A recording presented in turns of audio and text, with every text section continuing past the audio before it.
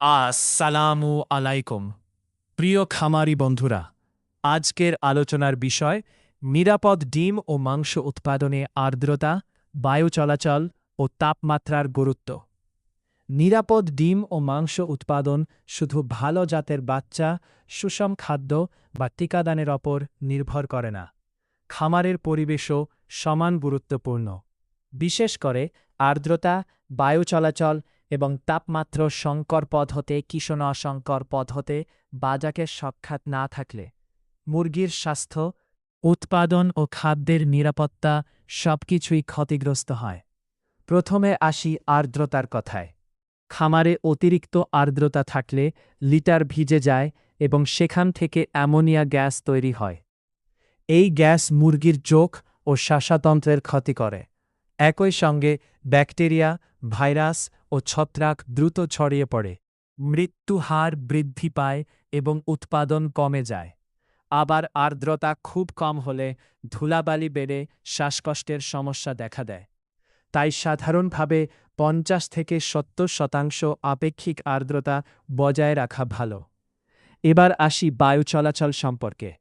পর্যাপ্ত বায়ু চলাচল খামারের ভেতর থেকে অতিরিক্ত তাপ, আর্দ্রতা, গোয়াদ্দা, জাস্ত, শঙ্খ, ধ্বংসা, কার্বন ডাইঅক্সাইড ও অ্যামোনিয়া গ্যাস বের করে দেয় এবং বিশুদ্ধ বাতাস প্রবেশ করায়।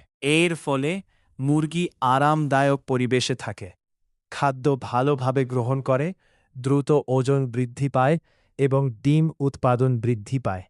এজন্য খামার পর্যাপ্ত খোলমেলা বা ভেন্টিলেশনের ব্যবস্থা রাখা এবং প্রয়োজনে এক্সহস্ট ফ্যান ব্যবহার করা উচিত। এবার আসি তাপমাত্রার বিষয়ে।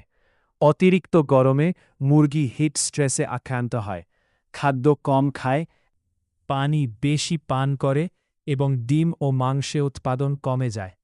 অন্যদিকে অতিরিক্ত ঠান্ডায় শরীরের তাপ বজায় রাখতে বেশি শক্তি ব্যয় হয়, ফলে বৃদ্ধি ব্যাহত হয় এবং রোগ প্রতিরোধ ক্ষমতা কমে যায়।